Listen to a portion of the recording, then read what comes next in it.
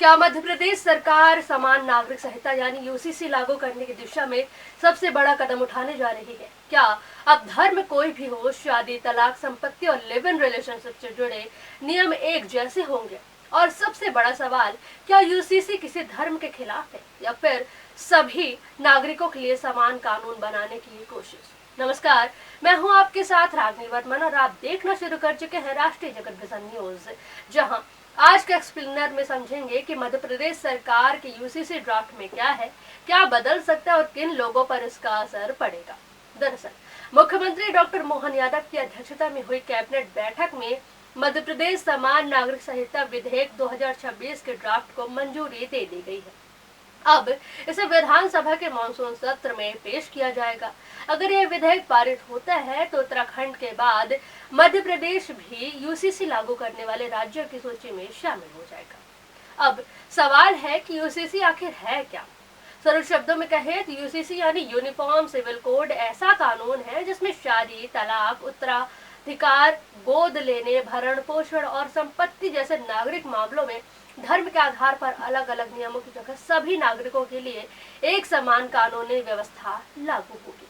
अब जानते हैं कि मध्य प्रदेश के ड्राफ्ट में क्या है खास।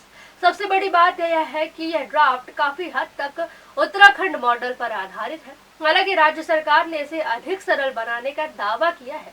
उत्तराधिकार से जुड़े कई जटिल प्रावधानों को कम किया गया है और अनुसूचित जनजातियों यानी एसटी समुदाय को इसके दायरे से बाहर रखने का प्रस्ताव रखा गया है। अब बात उस मुद्दे की जिस पर सबसे ज्यादा चर्चा हो रही है, बहुविवाह। मुख्यमंत्री डॉक्टर मोहन यादव ने हाल ही में कहा था, अगर राम एक शादी करेगा तो रहीम 2 या 4 शादियां क्यों करेगा। इस बयान का संदर्भ यूसीसी के उस प्रस्ताव से जुड़ा है जिसके तहत पहली शादी कानूनी रूप से समाप्त किए बिना दूसरी शादी करना सभी नागरिकों के लिए गैर कानूनी माना जाएगा, चाहे उनका धर्म कोई भी हो। यूसीसी के तहत लिव इन रिलेशनशिप पर क्या होगा? प्रस्तावित ड्राफ्ट के अनुसार लिव इन रिलेशनशिप का पंजीकरण अनिवार्य किया जा सकता है। बिना रजिस्ट्रेशन साथ रहने, गलत जानकारी देने या नियमों का उल्लंघन करने पर दंड का प्रावधान भी प्रस्तावित है। हालांकि अंतिम प्रावधान वही होंगे जो विधानसभा से पारित विधेयक में शामिल किए जाएंगे।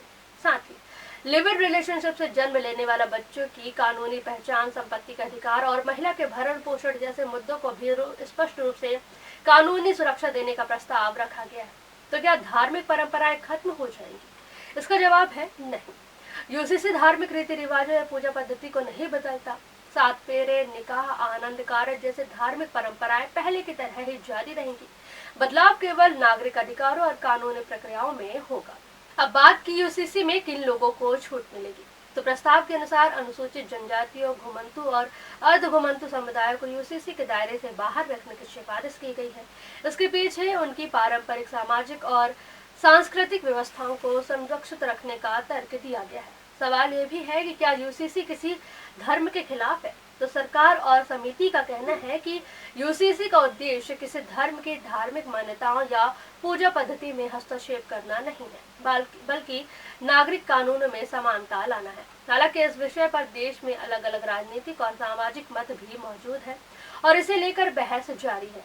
अब सभी की नजर मध्य प्रदेश विधानसभा पर है, जहां यह विधेयक पेश किया जाएगा। चर्चा और संभावित संशोधनों के बाद ही इसकी अंतिम कानूनी रूपरेखा स्पष्ट होगी। तब तक यह बहस जारी रहेगी कि समान नागरिक संहिता देश में समान अधिकारों की दिशा में बड़ा कदम है या इसके कुछ प्रावधानों पर और व्यापक विमर्श की जरूरत है।